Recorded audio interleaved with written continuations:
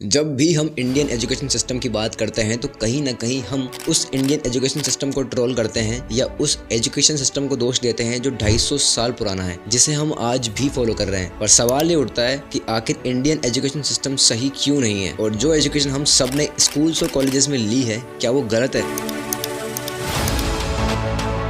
पर क्या आपने कभी सोचा है कि आखिर ऐसा क्या है जिसकी वजह से 96% वेल्थ ओनली 1% लोगों के पास है।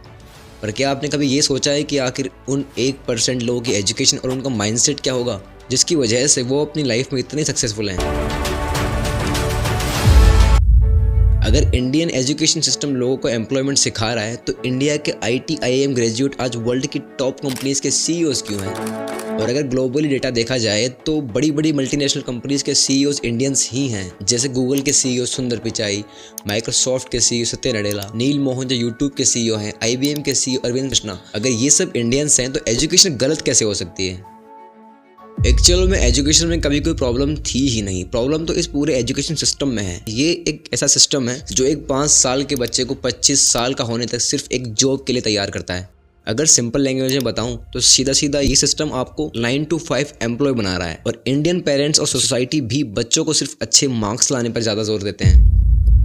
आज इस वीडियो में हम डिटेल में समझने वाले हैं कि आखिर इंडियन एजुकेशन सही क्यों नहीं है और अगर इंडियन एजुकेशन सही था तो फिर US की बड़ी बड़ी IT कंपनीज इंडियन एम्प्लॉयज़ को क्यों हायर करती है। अगर US एजुकेशन सिस्टम को इंडियन एजुकेशन सिस्टम से कंपेयर करें तो आपको पता चलेगा कि कैसे US की एजुकेशन एक स्टूडेंट को एक अच्छा एंटरप्रेन्योर और बिजनेस स्टार्टअप के बारे में सिखा रही है। ओवरऑल एक प्रैक्टिकल लाइफ एजुकेशन है जो स्किलिंग पर ज़्यादा फोकस करते हैं और यही रीज़न है कि दुनिया के सबसे ज़्यादा बिलियनर्स US में हैं। तो इससे एक बात तो क्लियर होती है कि एजुकेशन का एक कंट्री की इकोनॉमिक ग्रोथ पर बहुत बड़ा इम्पैक्ट पड़ता है। वहीं अदर साइड अगर हम इंडियन एजुकेशन को देखें तो इस पूरे सिस्टम में आपको सिर्फ एक एम्प्लॉयमेंट सिखाया जाता है जो आपको कोई परफेक्ट पैकेज जॉब के लिए तैयार किया जाता है। अब देखिए, जॉब करना या बिजनेस करना ये सब अपने अपने पर्सपेक्टिव है, पर बस मेरे कहने का मतलब सिर्फ इतना है कि एजुकेशन सिस्टम को टाइम के साथ थोड़ा अपग्रेड होने की जरूरत है, क्योंकि टाइम के साथ न्यू मशीन लर्निंग जैसी टेक्नोलॉजीज बढ़ती जा रही हैं जिनके लिए स्किल्स की रिक्वायर ज्यादा होंगी और ये एजुकेशन सिस्टम 0% स्किल्स पर काम करता है। सबसे पहले समझते हैं कि आखिर इंडिया की स्कूलिंग सही क्यों नहीं है और वो ज्यादातर बच्चों का एम्प्लॉय क्यों बना रही है और आखिर इसकी शुरुआत कहां से हुई। तो देखिए, 1835 में जब ईस्ट इंडिया कंपनी इंडिया में अपना एम्प्लॉयमेंट जमा रही थी तो उस टाइम गुरुकुल एजुकेशन सिस्टम चल रहा था। तब अमोंग मकोले ने गुरुकुल एजुकेशन सिस्टम को देखते हुए इंडिया में स्कूलिंग कल्चर की शुरुआत की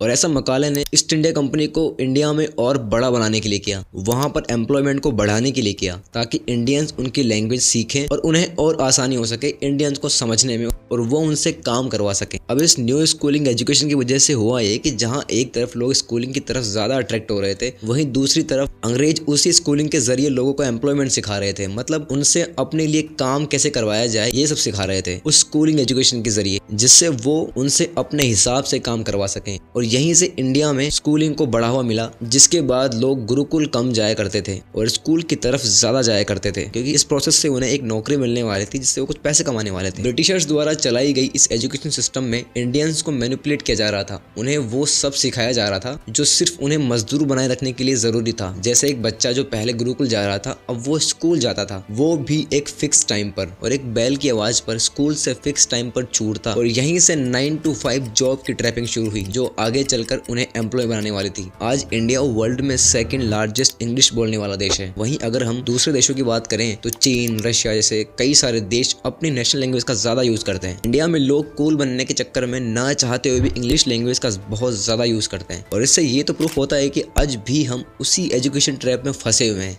देखिए, लैंग्वेज एक तरीका होता है अपनी बात को किसी के सामने रखने का। इंडिया में कहीं ना कहीं एक शो ऑफ वाला कल्चर चल रहा है जहां लोग अपने बच्चे को जन्म से ही इंग्लिश सिखाना चाहते हैं, उसे पढ़ाई के लिए बाहर भेजना चाहते हैं। अब अगर इंडियन एजुकेशन और US एजुकेशन की अगर हम बात करें तो US में 5 साल तक बच्चे की कोई स्कूलिंग नहीं होती। वहीं इंडिया में बच्चे को 2-3 साल का होते होते पेरेंट्स उसे PG या प्राइमरी में उसका एडमिशन करवा देते हैं, जो कि ठीक नहीं है। वहीं US में 5 साल तक बच्चों को खाना पीना, खेलना कूदना, कई सारी छोटी छोटी एक्टिविटीज सिखाई जाती हैं, जैसे पेरेंट्स के नंबर याद करवाना, इमरजेंसीज में पुलिस को कॉल लगाना, सेल्फ डिफेंस, स्पोर्ट्स, ये सब उन्हें 5 साल तक सिखाया जाता है। बाकी की स्कूलिंग 5 साल बाद शुरू होती है और 70% एजुकेशन प्रैक्टिकल होती है। मतलब बताया नहीं जाता बल्कि चीज़ों को प्रैक्टिकल समझाया जाता है। एक रिपोर्ट के अकॉर्डिंग एक छोटे बच्चे का ब्रेन जन्म से 5 साल तक बिल्कुल खुला होता है, जो पढ़ाई जैसे प्रेशर को नहीं झेल सकता। सुबह जल्दी उठना जैसे काम उसके मेंटल क्रिएटिविटी को कम कर सकते हैं। उसके ब्रेन को 5 साल तक ठीक से ग्रो होने देना चाहिए। चीन, यूएस, रशिया जैसे कई सारे देशों में 5 साल कोई स्कूलिंग नहीं होती, सिर्फ बेसिक एक्टिविटी सिखाई जाती है ताकि वो 5 साल बाद मेंटली प्रिपेयर हो सके। वहीं इंडिया में एजुकेशन कल्चर हार्डवर्क कल्चर है। एक बच्चे को जन्म से बड़ा होने तक फैमिली और सोसाइटी ने सिर्फ एक ही बात सिखाई है कि अगर पढ़ोगे नहीं तो जॉब नहीं मिलेगी, और जॉब नहीं मिलेगी तो पीछे रह जाओगे। लोग बिजनेस करने के बारे में बहुत कम बात करते हैं। उन्हें शुरू से ही सोसाइटी और एजुकेशन ने एम्प्लॉयमेंट सिखाया है। स्कूल में एक बच्चे को स्टार्टिंग से एंड तक सिर्फ एक जॉब के लिए तैयार किया जा रहा है। मतलब इंडिया की एजुकेशन आपको सिर्फ एक एम्प्लॉय बना रही है। नॉर्मली पहले कोई 25 साल तक पढ़ाई करे, फिर उसके बाद उसके पास 2 ऑप्शन होते हैं, गवर्नमेंट जॉब और प्राइवेट जॉब। सबसे पहले वो गवर्नमेंट जॉब की तरफ ज्यादा अट्रैक्ट होते हैं। 2-3 साल प्रिपरेशन करने के बाद जब उन्हें लगता है कि अब नहीं होगा, फिर वो प्राइवेट जॉब की तरफ आते हैं। और सिर्फ रट्टू कल्चर फॉलो करने की वजह से वो अपनी स्किल्स बिल्ड नहीं कर पाते, जिसकी वजह से उन्हें कोई भी काम कम सैलरी पर करना पड़ता है। इंडियन एजुकेशन में सिखाया जाता है कि आप इंजीनियर कैसे बने, डॉक्टर कैसे बने, पर कभी आपको ये नहीं सिखाया जाएगा कि आप अपना एक स्टार्टअप कैसे शुरू करें, अपना बिजनेस कैसे शुरू करें। इंडिया में आपको सिर्फ 3 सब्जेक्ट के आधार जज किया जाएगा। अगर आपके पास साइंस है तो इसका मतलब आप पढ़ाई में बहुत अच्छे हो। आपके पास कॉमर्स और आर्ट्स है तो आप एक एवरेज स्टूडेंट हो। इंडिया में आर्ट्स सबसे पॉपुलर डिग्री है। हर 1 करोड़ लोगों में से 85% लोग, मतलब 85 लाख लोग आर्ट्स और कॉमर्स से हैं। बाकी 15% MBA और IT वाले हैं, जो साल का 10 से 15 लाख रुपए कमाते हैं। वहीं आर्ट्स वाले जो 85 लाख स्टूडेंट हैं, उनमें से सिर्फ 12,000 से 15,000 लोग ही 5 लाख तक महीने कमा पाते हैं। बाकी सिर्फ छोटी मोटी प्राइवेट जॉब्स या छोटी मोटी पोस्ट पर काम करते हैं। और इसका सबसे बड़ा रीजन है नो स्किलिंग पावर। मतलब उनके पास कोई स्किल्स नहीं, जिसकी वजह से उन्हें कोई भी काम कम सैलरी पर करना पड़ता है।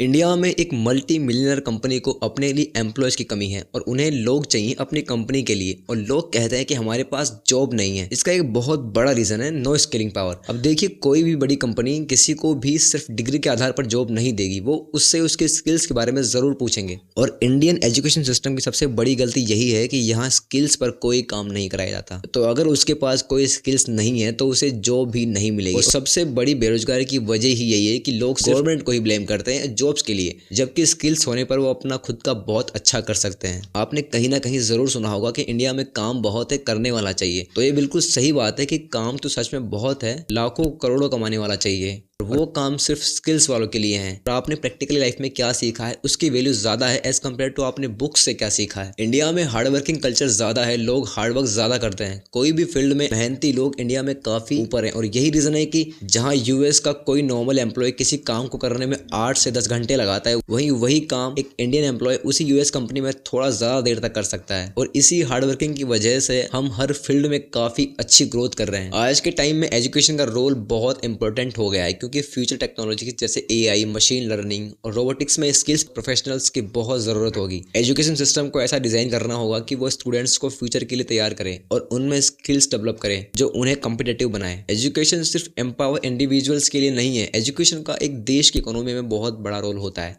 एक अच्छी एजुकेशन की वजह से नए एंटरप्रेन्योर्स और इन्वेस्टर्स बढ़ते हैं, जो देश की इकोनॉमी को बूस्ट करते हैं। इंडिया में पहले के मुकाबले कहीं ज़्यादा बिजनेस और स्टार्टअप्स बढ़ रहे हैं, जो एक अच्छी बात। नई टेक्नोलॉजीज और ग्लोबल इन्वेस्टमेंट्स अपॉर्चुनिटी भी देते हैं, जो सीधा सीधा इंडियन इकोनॉमिक ग्रोथ में हेल्प करते हैं। पर इस एजुकेशन को इंडिया में बढ़ावा देने के लिए स्कूल्स में एक अच्छे एजुकेटेड टीचर की बहुत ज़रूरत होगी, जो खुद इस टेक्नोलॉजी के बारे में जानते हों, जो बच्चों को इस टेक्नोलॉजी के बारे में बता सके, जो खुद अवेयर हो। तभी जाके स्टूडेंट्स को इन सभी चीज़ों के लिए तैयार किया जाए। उन्हें बिजनेस के बारे में बताया जाए, एंटरप्रेन्योरशिप के बारे में बताया जाए, स्टार्टअप के बारे में बताया जाए, उन्हें सिखाया जाए बिजनेस कैसे होता है, पैसा कैसे बनता है। उन्हें सिर्फ एम्प्लॉयमेंट के लिए तैयार नहीं किया जाए, बल्कि उनका माइंडसेट ऐसे बनाया जाए कि वो खुद अपना कुछ शुरू कर सके। इस बढ़ते टेक्नोलॉजी के दौर में एजुकेशन का बहुत बड़ा रोल है, तो एजुकेशन लाइफ में बहुत जरूरी है। इंडिया पहले से बहुत अच्छा ग्रो कर रहा है। आई होप फ्यूचर में टेक्नोलॉजीज और एजुकेशन बेहतर होंगी। अगर आपको ये इन्फॉर्मेशन यूजफुल लगती है तो आप चैनल को सब्सक्राइब जरूर कर लें, वीडियो को लाइक करें और शेयर करें। Thanks for watching.